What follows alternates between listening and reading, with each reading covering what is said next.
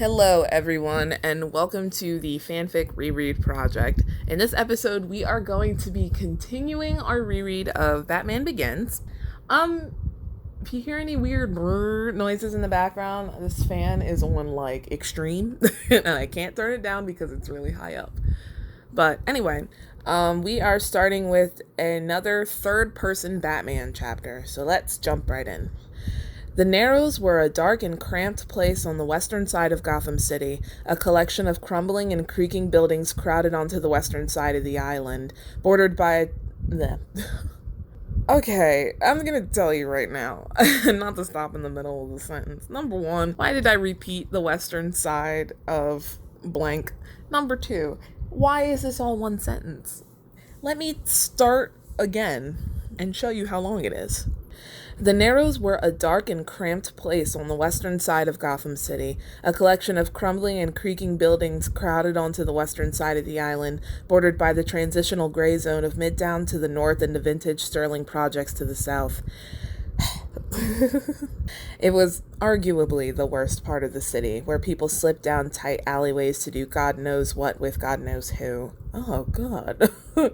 The steel legs that held up the train tracks loomed over the place, and Arkham Island was a dark shadow in the inky black waters of the river. So that's notable. I'm actually going to pause right here to note that in the movie, the Narrows are on the same island as Arkham Asylum. I'm assuming it's called Arkham Island. I'm not sure. Here, Arkham Asylum is in its own island, and the configuration of the island was meant to be not reminiscent of. It was literally lifted from, what is the name of that game series? Batman Arkham Asylum. So that was the thing. I think the main reason why the Narrows weren't on the island was so that I could have that reference to Arkham Asylum without squishing the area of the asylum down to fit a whole like neighborhood next to it. So let's keep going. The Batman crouched on the fire escape of a building on the edge of town, right in sight of the muddy shores of the river. It hadn't started to cave in like some of the others in these parts, so no one made moves to tear it down. The rain had made the wood under his feet too soft to make any noise as he crept toward a window that wasn't broken. I don't know if that's really how that works, but all right. Pieces of wood cracked and fell as he pushed it open, still easier than it should have been. "It's you, isn't it?" There was a preteen girl standing on the adjacent escape, her hair so wet it separated in the strings down her shoulders and face. Her eyes widened under the thick black frames of her glasses. He lifted a single finger to his lips. Her words came in a whisper after that. "So you heard them too? The people?" He nodded. "I thought it was just like haunted or something." There was a knock on the window behind her and the sound of a muffled voice. "Get back in here or Mom is gonna have your ass." She looked back and then to him. "They'll never believe me." He pulled something from his belt and tossed it to her. A piece of stainless steel carved in the shape of a bat. "Be careful with that," he said. He disappeared into the building before she could thank him. The apartment on the other side of the window was dismal. The flower-covered wallpaper was cracked and faded and water-stained, slashed in one part and falling off in others. A single chair stood off in the corner with a broken leg and rips in the upholstery that revealed the yellow cushioning inside. The bathroom door lay ajar, revealing nothing but darkness inside, and the only other door, save the one that led out, was jammed shut. A pile of stuffed rabbits lay on the dusty floor, with some of their midsections split down the middle. You know, with a little bit of work, that paragraph could have been, like, even better. It's not bad. I just think that with describing the apartment, it should, like, spook you. And for me, at least, there are some elements that do that. It's like, I remember back in the day, I always used to point out the parts where it's like, oh, the slashes in the wallpaper. Maybe that's hinting it. But, like, the first time, when I read through that line, I was like, whatever. The second one, though, when it mentions the ripped upholstery, I was like, that's a little bit weird. The combination of the two is what really raises the eyebrow. That and the door slant, or the door that's jammed shut without any explanation of, like, anything. Those little things are kind of like, oh, okay, there's something creepy going on here, and I feel like the writing could have accentuated that even more. But moving on. He picked one up and examined it, a seam that had been unsewn to... What? He picked one up and examined it, a seam that had been unsewn to reveal the stuffing, and a little plastic bag. Okay, so These two parts are separated by a semicolon, but a seam that had been unsewn to reveal the stuffing, that's not a sentence. You can't begin a sentence like it would have to be a seam had been unsewn to reveal the stuffing, and inside was a little plastic bag. If you wanted those two things to be like almost separate thoughts, I don't know why. You would probably separate it, I think, with a dash instead. This is a little weird. But anyway. He'd begun to pull it out when footsteps sounded in the hallway. He disappeared. Two men entered the room carrying containers of gasoline and Molotov cocktails, followed by Dr. Crane. "Get rid of any traces," he said, pointing a quivering hand to the toys on the floor. I'm sorry if my Dr. Crane voice sounds different. It's been a few days, I think. Or no! It's been like a day since I did the episode where he first showed up, and I cannot be held to remember the way I did things a day ago, unfortunately. "We might as well torch the whole place," one of the men said. "No one will miss it."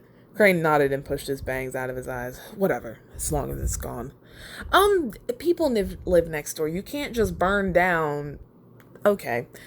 They began to pour the gasoline over the front room, as well as the kitchen. One headed into the bathroom while the other was soaking the bedroom door.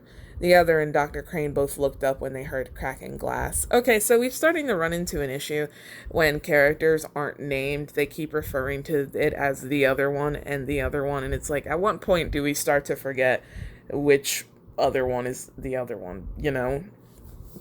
It gets a little confusing, and I understand that like these these are side characters, so it's not really worth it to give them names, but there's gotta be something you can do, you know? Crane waved his hand dismissively. "Well, go see what it is." The man moved cautiously toward the open door, but when he looked in, at first he found nothing but darkness. The window in the back wall was bricked in, leaving the bathroom pitch black. He took out his lighter, but it didn't help much. In the flickering light, he could make out the sink and the bottle of gasoline balanced on its edge when he neared it. He lifted his head to find the mirror, blood smeared on the grimy surface, a single orange eye repeating in the cracked shards of glass. The man flew out of the bathroom and landed on the ground unconscious. Crane looked up to see the Batman emerge from the darkness. He looked at the monster lunging toward him in bemusement. There was a puff of white smoke as the two fell to the ground. I don't think I actually meant to use the word bemusement there, because I don't think Dr. Crane would be confused by this moment so much as he would be amused, you know? But anyway, Batman flung himself backward in a coughing fit. Crane rose shakily from the floor and wiped his eyes. Batman struggled to his feet, but he staggered when he tried to walk. Crane smashed one of the bottles into his head, drenching him in gasoline. The streetlights glistened dimly on his suit. Crane stood over him, cracked bottle in one hand and a lighter in the other, and his eyes had gone completely blank and completely black. An angry mob of bats suddenly burst through the window. See, this is what I mean about the use of the word suddenly. An angry mob of bats bursting through the window after everything that's happened is already sudden. But, An angry mob of bats suddenly burst through the window, looking like giant monsters with rows of fangs and glowing red eyes that screamed as they thrashed around the room. Makes it sound like their eyes are screaming. "You look like a man who takes himself too seriously," Crane said down to him as his lips pulled back into a devilish grin. The lighter slipped from his hands. "I think you need to lighten up." And that's the end of that chapter. So, that wasn't bad. It attempted to have atmosphere. I wish it had more. For what it is, though, is not bad. This is, again, one of the better chapters that we've read so far. I was gonna say, like, I shouldn't make this assessment now, but I have read and reread this story a million times over the past, like, 6 or 7 years, so whatever. Or 6 years. But, I think the reason why this story in general, even with the parts that really aren't that good, seems a little more inspired when it follows the course of the movie than equivalent things in, say, like the Hunger Games or Profs, is because of the fact that both the Hunger Games and Profs were based off of actual prose, while this is based off of a script. So even if I am copying a scene directly from the movie down to the scene setting, the way that I describe it with my words and the fact that it is a different medium automatically changes it. And I think that in turn helps this reading or reading this story be a unique experience no matter what the content of the actual chapter is, because it's always my interpretation rather than just me kind of copying the same thing that someone else wrote in the same medium. You know what I mean? Does that make sense? I don't know. I was just thinking about that because this scene, for the most part, I think, with the exception of the fact that the girl in the chapter is a boy in the movie, is almost exactly the same. But because I chose to describe the apartment a certain way, because I chose to have bats fly in, or the things that I decided to portray and how I decided to portray it, it doesn't feel like you're just watching the movie over. Not all the time, you know? So let's move on to the next chapter, which is Bruce. Bruce awoke. Bruce awoke buried under the heavy covers of his bed, the duvet softly glowing dark red in the morning sun. There are a lot of contradictory things. Softly glowing, fine. Probably should be glowing softly. Glowing dark red? How does one do that? How do you glow a dark color?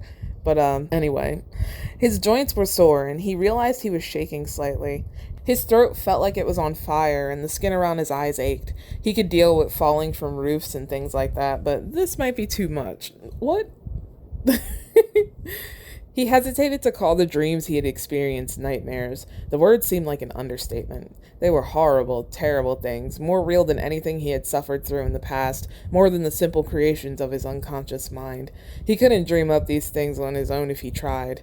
Yet he couldn't shake the slight feeling of déjà vu that was nagging at him. He'd been through this before, but his mind was still too clouded to remember where. So, I guess just pin this paragraph because there are going to be other points throughout this story where we hear a character speaking about their experiences with this gas that Dr. Crane has. And one thing I did notice is that I tried really hard to keep the symptoms in line, sort of. So let's see if that's still, if that's actually a thing or not. But to keep moving. How long was I out? He asked from under the cover. 2 days. It's your birthday, Alfred answered, followed by the sound of a glass being set on the nightstand. I've felt these effects before, he said, stopping the cough, but this was so much more potent, some kind of hallucinogen administered in aerosol form. He tried to clear his throat, but it was of no use. It just made it hurt more. You are definitely hanging out in the wrong clubs, Mr. Wayne. He pulled the covers from his head, blinking hard in the gray sunlight. Alfred was in a chair right next to the bed, and behind him was Mr. Fox, standing by the window. I called Mr. Fox when your condition worsened after the first day, Alfred told him. Once again, he knew it was inevitable that he would find out, but the thought of it still shocked him slightly, and he definitely hadn't imagined it would happen like this. He started to rub his eyes, but stopped when it caused him more pain. I analyzed your blood, Fox started as he moved behind Alfred's chair, isolating the receptor compounds and protein-based catalysts. Bruce had flashbacks to college when Peter would prattle on the same way. He didn't get it then, either. Am I supposed to understand any of that? He responded, cocking his head to the side. No, Fox said, narrowing his eyes slightly. I just wanted you to know how hard it was. Bottom line is, I synthesized an antidote. At least he knew Alfred had heard his incoherent babbling in the back of the car that night. So that's a good note to pause on. So in the movie, the scene with Dr. Crane, where he hits him over the head with the Molotov cocktail and then throws the lighter down, that's not the end of that scene. There is a whole scene of Batman escaping out of the thing and calling Alfred to come get him, and then Alfred driving him home in the thing. But all of that got cut because there was really no good way to portray all of that. It was easier to just cut it and kind of reference it later. But let's keep moving. Can you make more? He asked. You plan on getting gassed again? You know how it is, Mr. Fox, he said with a hoarse laugh. You're out on the town looking for some kicks. Someone's passing around a weaponized hallucinogen. Fox shook his head at him. I'll bring what I have, but the antidote should serve as inoculation for now. Alfred, he said, nodding politely. Always a pleasure. Lucius, Alfred said back. He turned to Bruce then. Get some more sleep, he said as he rose from the chair. Bruce managed to mumble, close the shades on your way out, before he burrowed under the covers again. He ended up sleeping late into the afternoon, so late that it was bordering on evening. The few clouds that were scattered across the sky were bright pink when he finally rolled out of bed. He still felt a bit off, but at least now his whole body wasn't racked with pain. Even with the antidote, it was still strange how the effects seemed to fade with just a few hours of sleep. Alright. You know what? That's a lampshade I can abide by. He pulled on some clothes and decided to venture downstairs into the kitchen because it felt like he hadn't eaten in days. He came down the front stairs to find the whole place decorated with balloons in silver and white. God, he'd completely forgotten about the party. He'd picked the best time to end up like this, hadn't he? He was still on his way downstairs when he noticed Alfred talking to someone at the front door. Rachel? She ducked around Alfred's shoulder and gave him an amused smile. Looks like someone's been burning the candle at both ends. She must have noticed the way his skin had bruised lightly around his eyes. Must have been quite an occasion. It is my birthday, he said with a shrug as he ambled over. Alfred left them to each other. She pulled a small box from her purse and placed it in his hands. I know, she said. I'm sorry I can't come tonight. Her voice was sincere, but she looked distracted. Oh, what's wrong? He asked her. My boss has been missing for 2 days, and, well, I'm not really supposed to tell you this, but I got a call on the way here that Crane's had Falcone moved to Arkham on suicide watch. You're going there now, he said, tilting his head slightly. She gave him a look, then started descending the stairs. Look, you have a nice party, Bruce, but I have work to do. He watched her as she marched to her car, but when she reached the door, she turned back. Her face had softened a bit. Happy birthday, Bruce. He closed the door behind her and then immediately ripped the paper off of the box in his hands. There was an arrowhead inside, along with a note that said, Finders Keepers in Rachel's small handwriting. The thing had been worn down over the years, but he still recognized it as the one she had found in the gardens. The image of her under the table, face flushed red from running across the lawns, flashed in his mind. He didn't know if he could live with himself if something happened to her, not when he knew he could do something about it. He could hear Alfred behind him as he headed toward the study. Master Wayne? I have to go, Alfred, he said back to him. But the guests will be arriving soon, Alfred reminded him. Keep them happy until I come back. Tell them that joke you know. He heard Alfred sigh as he disappeared into the bookcase. And that's the end of that chapter. So, and this chapter wasn't bad. Can we talk about Rachel now? Okay, I think now is time to at least attempt to talk about this whole Rachel thing. So, throughout the story, you get the clear vibe that Bruce has feelings for Rachel. However, I find it notable that Bruce has been kind of just like avoiding her ever since he came back to an extent. Note that the first time that he comes back, he mentions the fact that he hasn't even seen Rachel properly. Yet a whole month passes since he comes back. And then Rachel's chapter tells us that he still hasn't gone to see her at all. So the first time they see each other, it's completely by happenstance. And then, like, there's this one little passage in the chapter before he goes out to dinner with Brianna, where he says his friends were threatening to drag him back to town, and he hadn't even spoken to Rachel. Number one, why does he separate Rachel out from his friends? Is she not, even if he has romantic feelings for her, they've still been friends since they were literally children, so I'd still include that. Number two, that line also implies that he has spoken to either Peter, Mary Jane, or Tony since he came back, but he hasn't spoken to Rachel, this person he is supposedly, like, in love with. It's just very suspicious. It's suspicious on purpose, but, like, pin all the clues, because we're going to get to talk about this more and more as we go through the story. Again, we won't get to talk about it, like, for real, until we get at least past the Dark Knight and into the Dark Knight Rises. But, just note that Rachel seems to be weirdly separated from his other, like, friends and stuff, and yet while he clearly is like, oh, she's beautiful, she looks beautiful, it doesn't seem to be a lot more to that, especially now that he's an adult, especially compared to, like, when they were little kids. But let's keep Okay, I think we can read the next 2 chapters and then we will be done. This Rachel chapter coming up right now is very long, though, so buckle in. She felt like the gray cinder walls were closing in on her. Arkham always had given her the creeps, but until now she'd been lucky enough not to step inside. And it wasn't like the entire place was like this. The facility had turned into a mishmash of old and new as the years went on, but now she was standing in a cramped feeling hall in the old part of the intensive treatment building, staring at the heavy metal door in front of her, shaking her head. That paragraph is 2 sentences. Wow. Sometimes I look at the run-ons in these old stories and I stand back in awe of how I managed to shove so much bullshit into one sentence with just a few commas and dashes. It really is nuts. Beyond the small glass window, she could see Falcone, strapped to a bed and muttering to himself as he stared up at the ceiling. It seemed to happen so suddenly. She'd heard about him slitting his wrists, but they all dismissed that, especially since some of his thugs had tried it as well. Maybe they shouldn't have been so quick to pass it off, but again, it all happened so fast. So, not to pause immediately after, I remember, and I don't know if I made this up or not, or if I just, deleted it, like a while ago, but I remembered a passage in that paragraph in particular, I'm pretty sure, that mentioned, in the part where they talk about Falcone slitting his wrists, that they mentioned Zaz and the fact that he had done the same thing, but he was serious, something like that, as sort of like a reference to the fact that Zaz carves tally marks into his skin.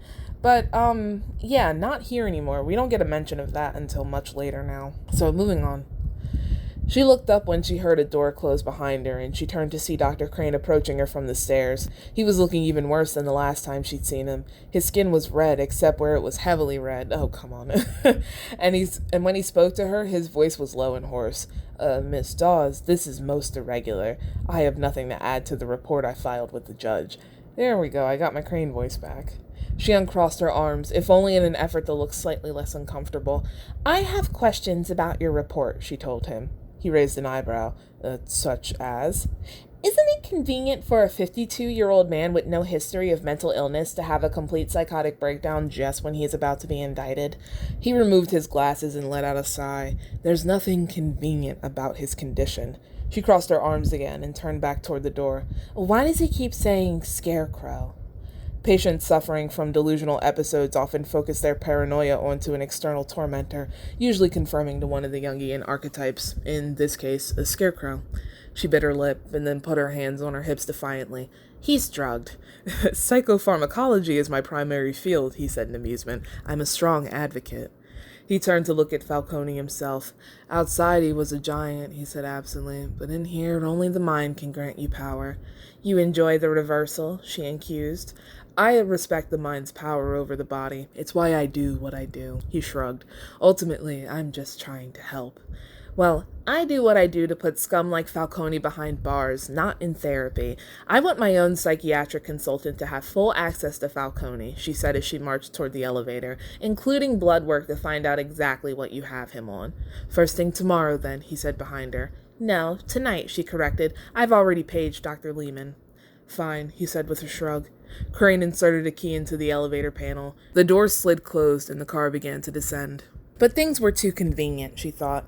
Unless Falcone had been lying about his own mental health, this entire situation made no sense. It wasn't completely impossible, but it wasn't entirely believable. She thought back to him in that room upstairs. There was something about his eyes, the way they watered constantly, the heavy inflammation in the surrounding skin, that kept nagging at her.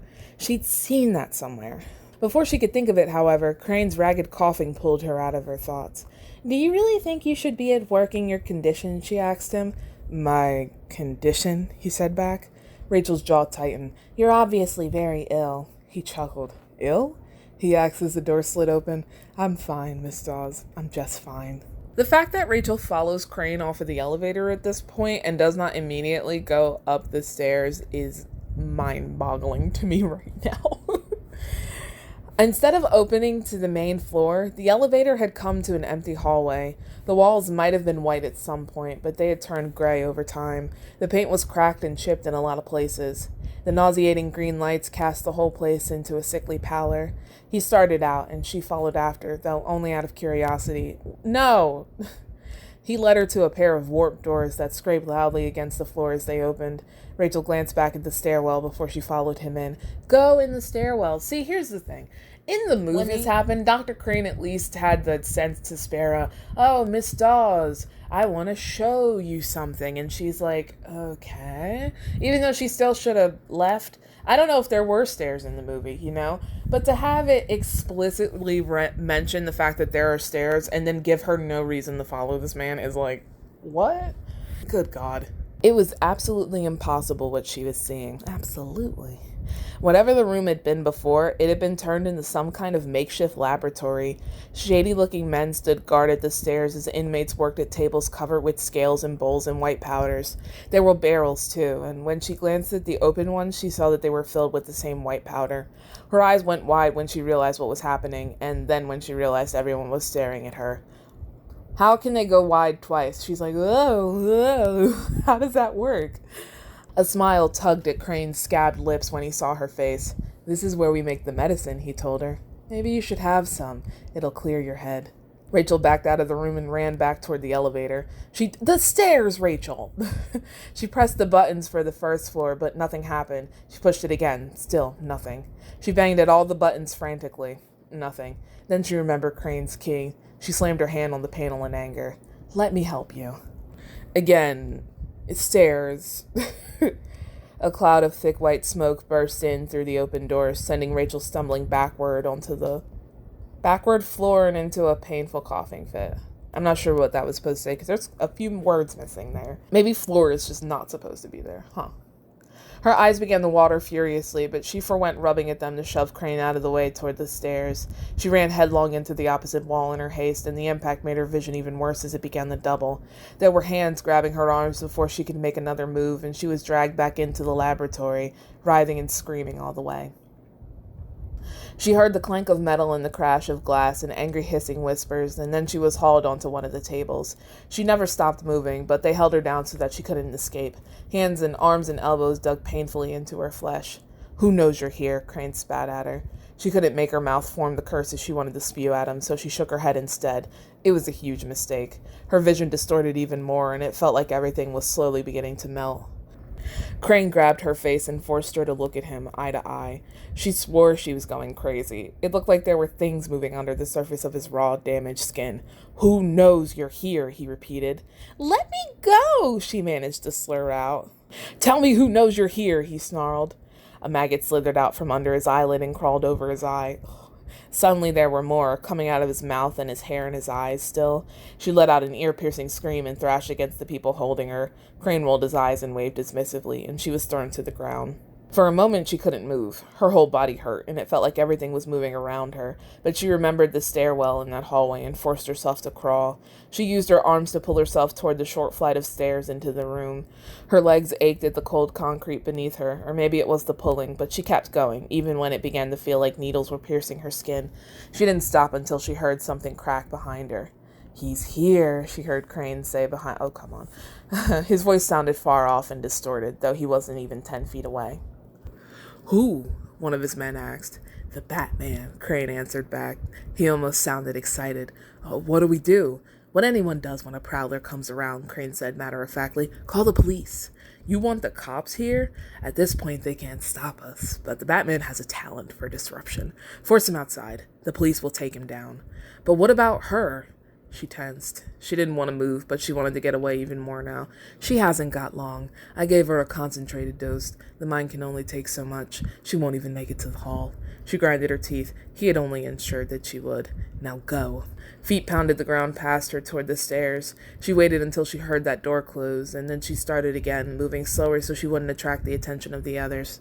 The things they say about him, she heard someone say. Can he really fly? I heard he can disappear. We'll find out, won't we? Crane said. He sounded absolutely ecstatic. She pulled herself faster. She did manage to reach the stairs, but as she began to pull herself up, they began to bend as if they were sagging under her weight. She crawled up them as fast as she could, before the cold concrete could suck her up and trap her there forever. She collapsed on the floor when she reached the top, but she wasn't still for long as a scream echoed off the walls. She turned back to see what had happened, but the lights shut off. Oh no, that wasn't good at all. It was the sound of gunshots, however, that got her to her feet and scrambling toward the doors. All right, let's pause real quick. Oh, God. With this part, one thing I did kind of want to note is the way that as this chapter goes along, as Rachel starts to slip deeper under the influence of the fear gas, she begins to stop being skeptical about the strange things that are happening to her. So there are a lot of qualifying phrases or qualifying words that sort of like disappear. So up on the further up when Crane has got her on the table and she's like she swore she was going crazy and stuff like that, but as it goes on there will be these things happening to Rachel that clearly are not happening in real life, but her brain will just say them like they are. This is actually something that I carried over from the Hunger Games fanfic and Katniss's hallucinations after the Tracker Jacker incident, when she like starts out being like, oh, it's like this thing happened to me and that couldn't be real. But as it goes on, she's like, there's snakes chasing me, when there clearly are not snakes chasing her, you know, like not exactly like that, but it's the same sort of thing going on here that happened there with her hallucinations, which is kind of a cool effect. I feel like if this was better written, it would work better and be more convincing. You know what? A good example is when Crane says he's here, and she's like, he sounded far off and distorted, but he wasn't even 10 feet away. But then in the next paragraph, there's a part where she very confidently says, the floor is moving beneath me. So the difference is she falls deeper and deeper into the halluce. But let's keep going. She stumbled into the empty hallway again, leaning into the wall to keep herself upright. The floor was rocking back and forth beneath her. She couldn't stand up straight if she wanted to. The lights flickered on and off above her head in a sporadic way, as if all the bulbs were starting to burn out.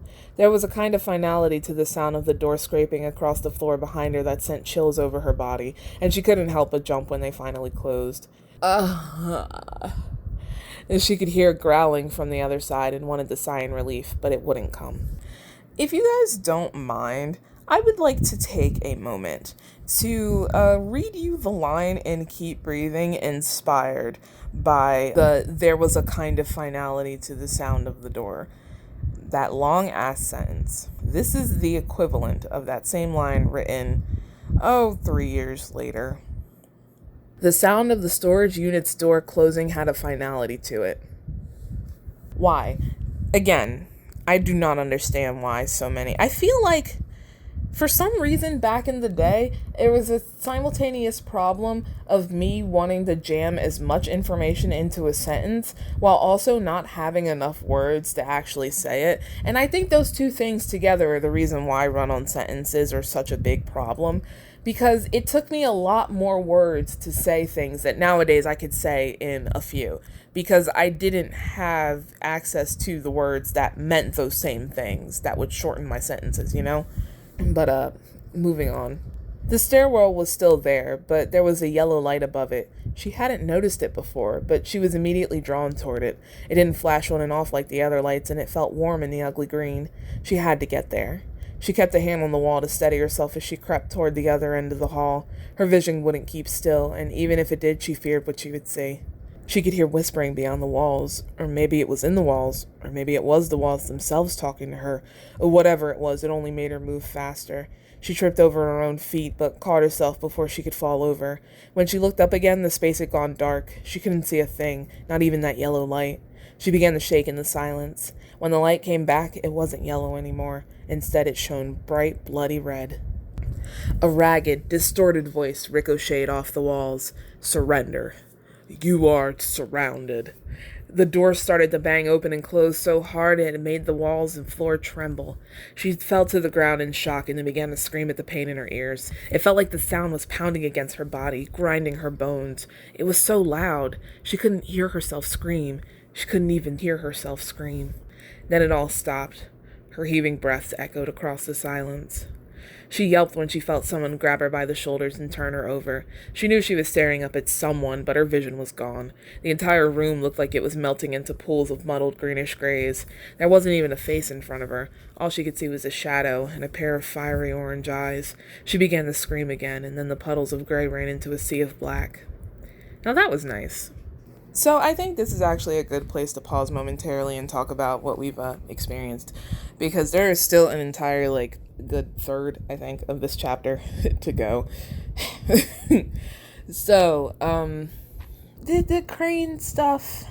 I guess this is a good time to talk about Dr. Crane and the way he's been written so far.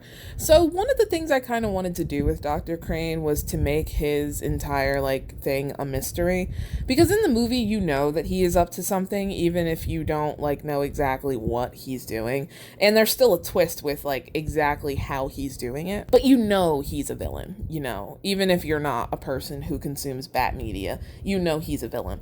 Here, I wanted it to be more, I don't know if subtle's really the right word, but I wanted it to be a lot less obvious. Clearly there's something wrong with Dr. Crane, but you don't know exactly what is going on with him because we do not see him all that often. And part of that is, if you take it way, way back to the original drafts of this story, Dr. Crane used to have a POV, but then I decided that I didn't want any of the villains to have POVs, and I thought it would be interesting to see how we could portray Dr. Crane without actually showing him outside of the chapters of the POV characters that we do have, and the third person POV. So what I can say is this. I think that for what it is, so far this story has been doing a half decent, or a decent job of setting up Crane despite the fact that we don't see him that often. However, I do feel like there are bits of the story missing because we don't see Crane as often as we would in the movie. This is interesting because, like I said, I usually like the way the story goes about the Dr. Crane thing with him. You kind of show up and you only see him in Rachel's chapters and in that one Batman third person POV, and it's kind of clearly something's happening, but what's going on? I just feel like there's a little bit of information that's missing here, but let's keep going. I can give a better assessment at the end of the story. When her eyes fluttered open again, it was to darkness, but not like what she'd seen before. She couldn't make out a damn thing wherever she was, but maybe her vision was blurry as well. She had only a vague idea of how she got there. She remembered lights whizzing by, the sounds of sirens, and a roaring noise. She thought she had heard Sergeant Gordon at one point. She definitely remembered the Batman. The very last thing she remembered before passing out again was him roaring her name. As her eyes started to still, she saw that she was in a room, maybe, staring up at a stone ceiling. It didn't make sense, though. She could hear water somewhere, and the sounds echoed like she was somewhere much bigger than what she was seeing. She tried to sit up, but her body protested heavily. She pulled herself onto her side anyway, toward those far-off sounds. There was no wall, but instead the room opened out into a cave, much bigger than the single electric light would allow her to see. She heard the shuffle of wings and looked up to find a bat staring down at her as it clung to the rock, its big eyes glowing in the dark. "Oh my God," she muttered to herself. Her voice was a hoarse whisper in her sore throat. "How do you feel?" She nearly jumped out of her skin and hissed after she turned over again. She could almost feel her hip bruising underneath her. She recognized the voice immediately, but she couldn't find the source anywhere in the shadows. "Oh, where are we?" There was no answer. "Why did you bring me here?" she tried. "If I hadn't, your mind would be lost," he finally answered. "You were poison." "I know," she said. Crane had told her as much. "We have to tell the police," she told him as she tried to pull herself up into a sitting position. She moved a bit too fast and it sent her head swimming. Out of nowhere, the Batman was right in front of her, taking her by the shoulders. She snatched herself back. "No!" She saw the smallest flicker of emotion in his eyes, and then he backed into the shadows again. "I'm sorry." She put her head in her hands. "It hurt," she explained. "My arms hurt, that's all."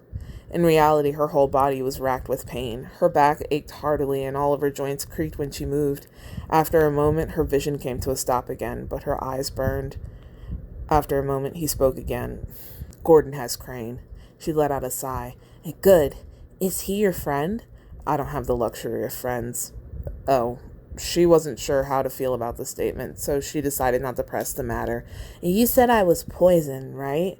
"You noticed Crane's condition." "I watched him turn into a skeleton, but I never even thought." And she couldn't believe herself. Just earlier that day, as well, she was wondering where she'd seen Falcone's symptoms. He was standing right in front of her. She grimaced and then winced. "He's a sick bastard." "I know." She went quiet again. There was something about the way he spoke to her that confused her. The cadences of his speech were familiar, but more formal as well. She didn't feel like she was talking to a stranger in the dark. She was speaking to someone she knew very well, but her mind wouldn't let her remember who. He stepped from the shadows again, this time holding a syringe.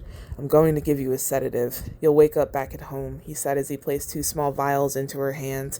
"When you do, get these to Gordon and Gordon alone. Trust no one." What are they? The antidote. One for Gordon to inoculate himself and the other for mass production. Her eyes widened. Mass production? We need to be ready. Crane was just a pawn. He didn't approach her when he finished. Instead, he leaned his head to the side slightly as if he'd just asked her a question. She was taken aback by it. She knew who he was. She did. She'd seen him do that a million times, but the answer was stuck at the edge of her mind, fogged by that damn poison. She took a deep breath and then held out her arm. Go ahead. It's okay. So that is the end of that marathon chapter. Actually, my biggest complaint with this chapter is that it's too long. A lot of the other chapters that were longer, I understood why they were the length that they were. And here, in this case, I do understand why this is the length that it is. But unlike the other cases, I can't really excuse it. It just felt like this went on and on and on and on, you know? Quality-wise, this chapter is alright. I don't have like a lot of strong feelings. There were some things that I liked. There were some things that I feel like I would have liked more if they had been written differently. This chapter definitely does try it with the atmosphere, and I totally appreciate that. I think the biggest issue with this chapter is the fact that Rachel is kind of dopey for no reason. Like, little things, like her running back into the elevator when there's clearly a stairwell, and like the moment the elevator stops working, she doesn't leave. It'd be different if she like ran to the elevator then ran to the stairs and it's like, oh no, the door at the top of the stairs is locked. Uh-oh. Like, that would be different, you know? But no, she just goes to the elevator and acts like it's the only way to get out.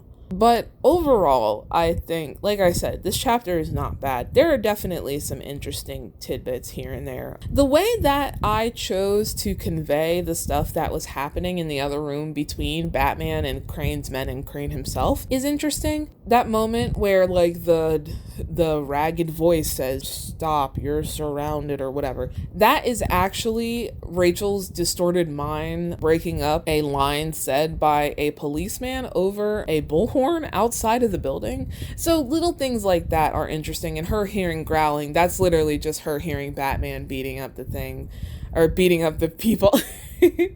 But there was some interesting stuff. I think the stuff with Rachel in the hallway, I appreciate what I was trying to do, but I do think it was a little bit too much. It reminded me of the Tracker Jacker scene from the Hunger Games, but not that bad.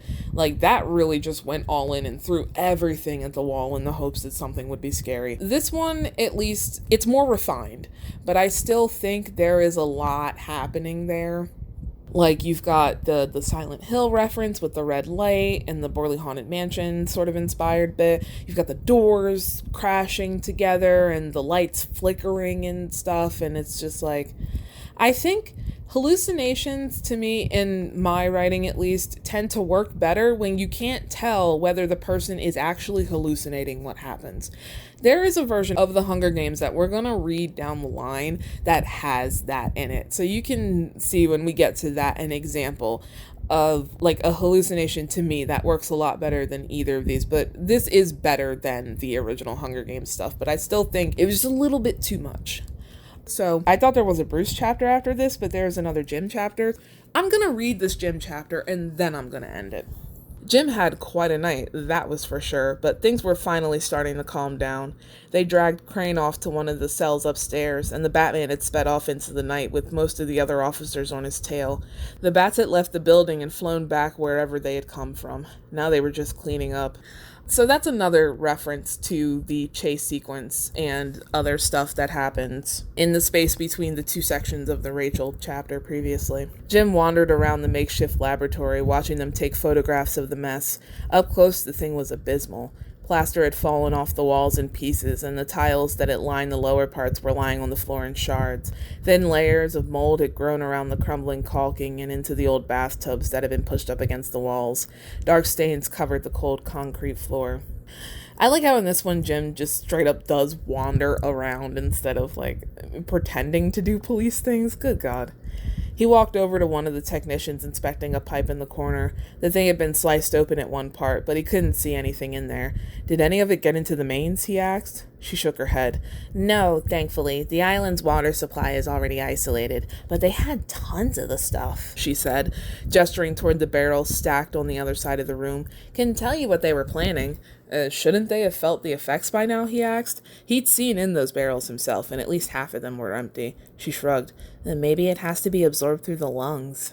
He looked up when he heard someone call him from the stairs. You can talk to him now. They had dimmed the lights in the cell so much that the white tile looked gray. Then again, Jim thought, it might have just been gray anyway. You can never tell with this place. He sat down at the table across from Crane.